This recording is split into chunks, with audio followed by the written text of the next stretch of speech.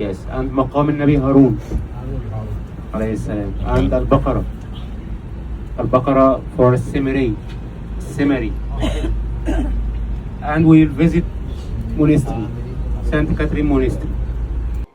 ഈജിപ്തിലെ താബ എന്നുള്ള ബോർഡർ പ്ലേസിൽ നിന്ന് നമ്മൾ രാവിലെ ബസ്സിൽ കയറിയിട്ട് സീനായിലേക്ക് പോവുകയാണ്.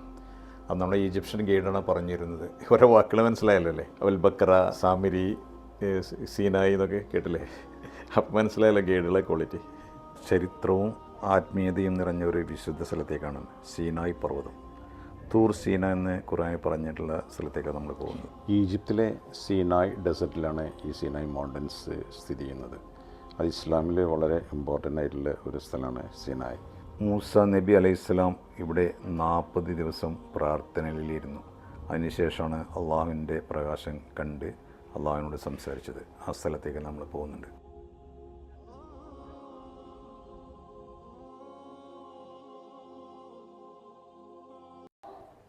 ഈ മരുഭൂമിയുടെ ഒരു ഭാഗത്ത് ഇറങ്ങിയതിന് ശേഷം ഞങ്ങൾ നടന്നു പോയിക്കൊണ്ടിരിക്കുകയാണ്. അങ്ങോട്ട് ബസ് പോവില്ല.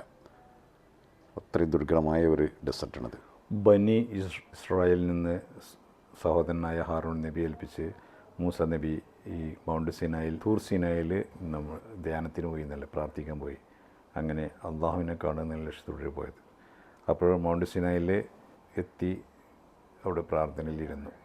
അപ്പോൾ തിരിച്ച് ചെന്നപ്പോൾ നാട്ടിൽ നോക്കുമ്പോൾ ഒരു ബനി ഇസ്രായേലിയർ കാളക്കുട്ടീനെല്ലാം ആരാധിച്ച്, അങ്ങനെ ചരിത്രങ്ങൾ കുറേ വായിച്ചില്ലേ?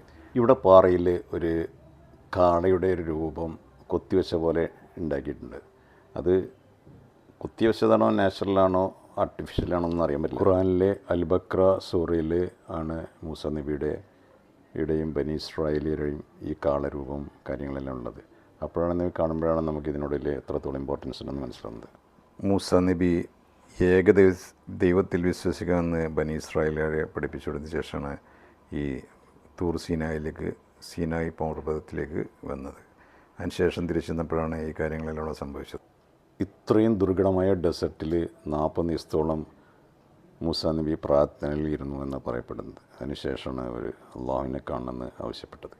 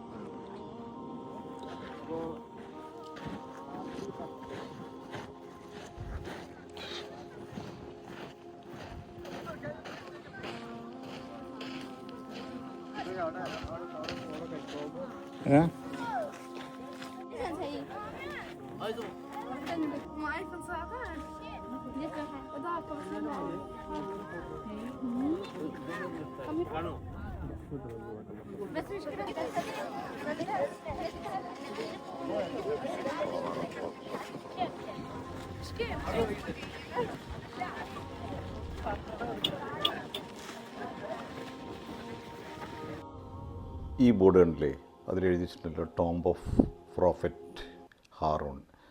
പ്രോഫറ്റ് ഹാറൂൺ നമ്മുടെ പ്രവാചകൻ മൂസ നബിയുടെ സഹോദരനും കൂടിയാണ് ഇവിടെ ആ കാലത്ത് കൂടെ ഉണ്ടായിരുന്നു എന്നാണ് പറയപ്പെടുന്നത്.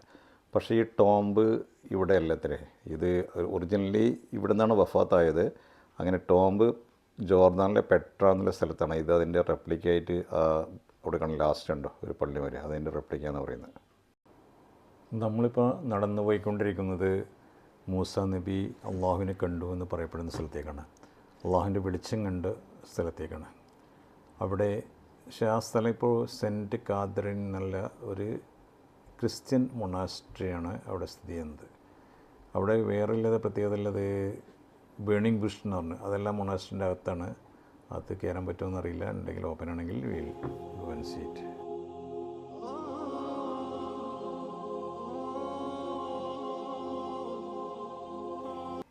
ഇതാണ് നമ്മുടെ ഗ്രൂപ്പ് കൂടലിലെ ആൾക്കാരെല്ലാവരും ഉണ്ട്. അന്തമാനികളടക്കം 50 പേരിൽ കൂടുതലുണ്ട്. എൻ്റെ ഫോട്ടോഗ്രാഫാണ് ഇത്. അൺഫോർച്ചുനേറ്റ്ലി ഞാനതിലില്ല, ഞാൻ ഷൂട്ടിങ്ങിൻ്റെ തിരക്കിലായിരുന്നു. ഇതാണ് ഞാൻ നേരത്തെ പറഞ്ഞ സെൻറ്റ് കാതറിൻ മൊണാസ്ട്രി, ഏറ്റവും ഓൾഡസ്റ്റ് ക്രിസ്ത്യൻ മൊണാസ്ട്രിയാണിത്. എല്ലാവരും വളരെ റെസ്പെക്റ്റോടെ കാണുന്ന സ്ഥലമാണത്. നബിക്ക് ആദ്യമായിട്ട് എന്തിട്ടുന്നത് ലഭിച്ച് നുബുവത്ത് ലഭിക്കുന്നത്, മുസാ നബിയെ പ്രവാചകനായി തിരഞ്ഞെടുത്ത് വിടുന്നത്. അപ്പോൾ പിന്നെ അവിടെ വെച്ചുകൊണ്ടാണ് അള്ളാഹു സുബ്ഹാനഹു സംഗതികളൊക്കെ അങ്ങോട്ടും ഇങ്ങോട്ടൊക്കെ പറയുന്നത്. പിന്നീടാണ്, ആ സമയത്തല്ല, പിന്നീടാണ് എനിക്ക് കാണണമെന്ന് ആര് പറയണത്? മുസാ നബി പറയുന്നത് എനിക്ക് അള്ളാനെ കാണണം. അപ്പൊ അള്ളാഹ് പറഞ്ഞു മുസാ പറ്റൂല, എനിക്ക് കാണാൻ കഴിയില്ല. നിനക്ക് നല്ല ആർക്കും എന്ത് ചെയ്യില്ല, ആർക്കും കാണാൻ കഴിയില്ല, അതിനുള്ള കപ്പാസിറ്റി നിങ്ങൾക്ക് ഇല്ല. അപ്പൊ വീണ്ടും മൂസാ നബി ഒന്നും ഇങ്ങനെ വാശി പിടിച്ചപ്പോ എന്ത് പറഞ്ഞു? അല്ലാ നീ അമ്മയുടെ മുളക്കൊന്ന് നോക്ക്. അപ്പൊ അവിടെ ആ പിന്നെ പ്രത്യക്ഷപ്പെട്ടപ്പോ എന്നാണ് ഇത് ആ ഒരു വെളിച്ചം പ്രത്യക്ഷപ്പെട്ടപ്പോ ഹറ മൂസ എന്ത് ചെയ്തു? മൂസ അലൈഹി സ്വലാത്തു വസ്സലാം അപ്പൊ തന്നെ ഫ്ലാറ്റ് ആയിട്ട് വീഴാണ് ചെയ്യുന്നത്, ബോധം കെട്ട് വീഴാണ് ചെയ്യുന്നത്. കാരണം അള്ളാനെ കാണാൻ കഴിയുന്ന ഒന്നല്ല, മനുഷ്യന് അതിനുള്ള എന്തില്ല, മനുഷ്യന്റെ നക്ഷത്രങ്ങൾക്ക് അതിനുള്ള കപ്പാസിറ്റി ഇല്ല, ഉള്ളത് തന്നിട്ടില്ല. അപ്പോൾ ആ ഒരു പിന്നെ അത്രയും പരിശുദ്ധമായ ആ ഒരു മൂസാ നബി അലൈഹി സ്വലാത്തു വസ്സലാമയുമായി ബന്ധപ്പെട്ട അത്രയും പരിശുദ്ധമായ സ്ഥലമാണ് ഇത് താഴ്വര എന്ന് പറയുന്നത്, സീന മല എന്ന് പറയുന്നതൊക്കെ അതുമായി ബന്ധപ്പെട്ടതാണ്. പിന്നെ ജൂതന്മാരും മറ്റുള്ള ആളുകളൊക്കെ എന്ത് ചെയ്തിട്ടുണ്ട്? അവരൊക്കെയും ആ ഒരു രൂപത്തിൽ അവരുടെ പ്രത്യേക സ്ഥലമായി പിന്നെ കണക്കാക്കുകയും വരുന്നത്.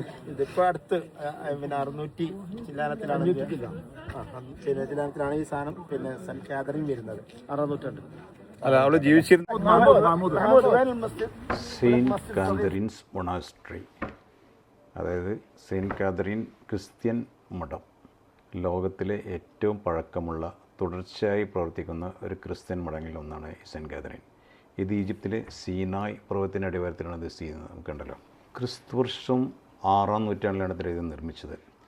ബൈസന്തിയൻ ചക്രവർത്തിയായ ജസ്റ്റീനിയൻ, റോമൻ ചക്രവർത്തിയാണ് ഈ മഠം നിർമ്മിച്ചത്. പ്രധാന ലക്ഷ്യം പവിത്രമായ ഈ സ്ഥലത്തെ സംരക്ഷിക്കുന്നത് മാത്രമായിരുന്നു.